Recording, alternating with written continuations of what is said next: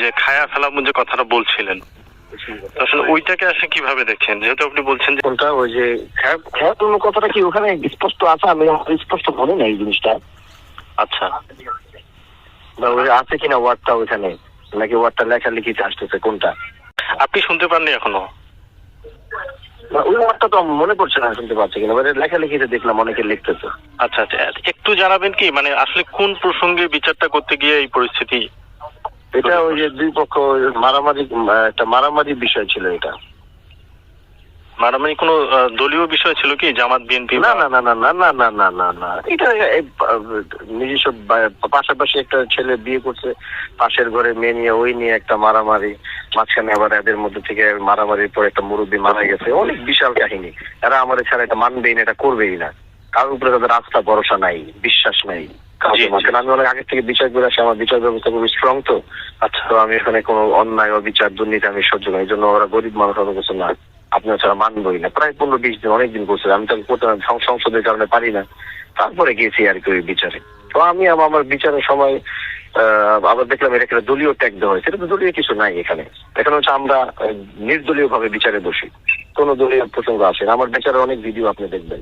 না আমার বিচারের সেদিন আসলে মানে আপনি যা মানে যাদেরকে মানে চুপ থাকতে বলছেন তারা আসলে কি ওইভাবে আপনার মতো করে কিন্তু মানে চিৎকার করে বলেননি, তো আপনি আসলে এরকম কেন আসলো? না, ওই যে পাশে যখন বসা, মানে দেখেন আমি একটা সংসদ সদস্য বসে আমি শুনতেছি এক পক্ষ, যখন আমার পাশ থেকে বসে যখন একটু উচ্চ সুরে আপনি এই তুমি ঝগড়া করবেন, তখন এখানে তো তাহলে আমার একটা সংসদ সদস্য, তো আমার বিচারে, আমি বিচারের মন ভালো হলে আমার উপরে আসবে, খারাপ হলে আমার উপরে আসবে, তাহলে তো আমার আর দরকারই নেই। ওখানে যদি এরাই এটা করে তাহলে আমি উঠেও যেতে চাই, বলছি ভাই আপনারা করেন, আমি নাই, আমি চলে যাবো, আমার দরকার নেই, দরকার না আপনার ছাড়া হবে। কিন্তু সোশ্যাল মিডিয়ায় মানুষ যেটা আপনার দিকে প্রশ্ন করছে যে আপনি তো চাইলে, যেহেতু আপনি বিচারক, আপনি চাইলে আরো সুন্দরভাবে বলতে পারতেন।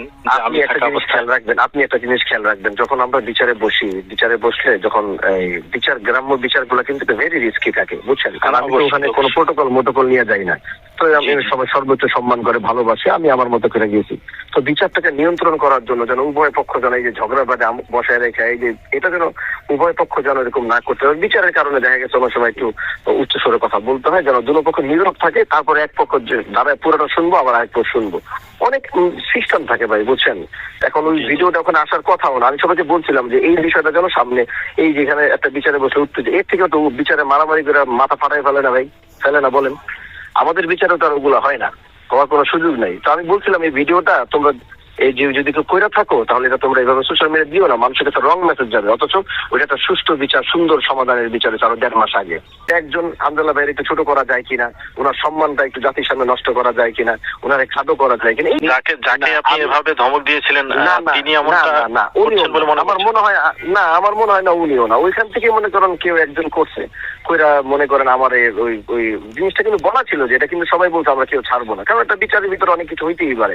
এবং এই ফুল বিচারটা আবার আমার অন রেকর্ড আছে, আমার পেজে গেলে আপনি ফুল ভিডিওটা আপনি পাবেন, অনেকে দেখবেন।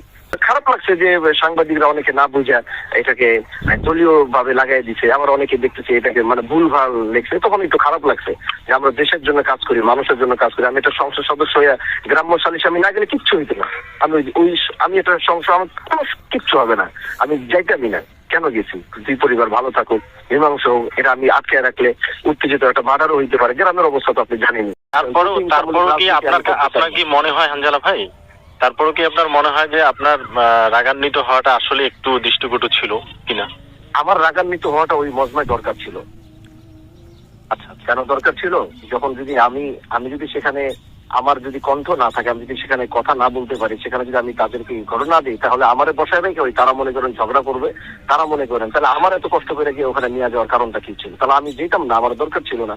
আমার ছাড়া বলে বিচার হবেই না, তাহলে তোমরা করো, আমি গেছি না। আমি যাওয়ার পরে যদি সেখানে দুই পক্ষ আমার সামনে ঝগড়া করে, উচ্চ করা যায়, সেখানে আমার এই জিনিসটাকে ব্যালেন্স করার জন্য হইলো আমাকে, কিন্তু এটা ভিডিওতে আসার জিনিস না, এটা ওইখানে থাকার জিনিস। কিন্তু এটা তো কেউ উদ্দেশ্যপূর্বক ভাবে ভিডিওটাকে ছাড়লো, এটা ওখানেই শেষ, ওখানেই সমাধান। আমি মনে করতাম যে আমার এটা ভুল ছিল। ইভেন কি যারা বকা দিছি, আমরা মনে করা হয় যে শেষ করে, কিন্তু তার সাথে আবার আমার দেখা হয়েছে। আমি হচ্ছে ভাই আমরা আবার একসাথে আমি এমপি হওয়ার আগে একসাথে অনেক সালিশে বসছি। তো আমি আবার তারে কি ভাই কি অবস্থা, আমি আরো নাই না তার সাথে দেখা করে তারপরে গেছি, শেষ এটা। কিন্তু আবার কি হয়েছে বুঝেন না, মানুষের আচ্ছা, বুঝতে পারছি।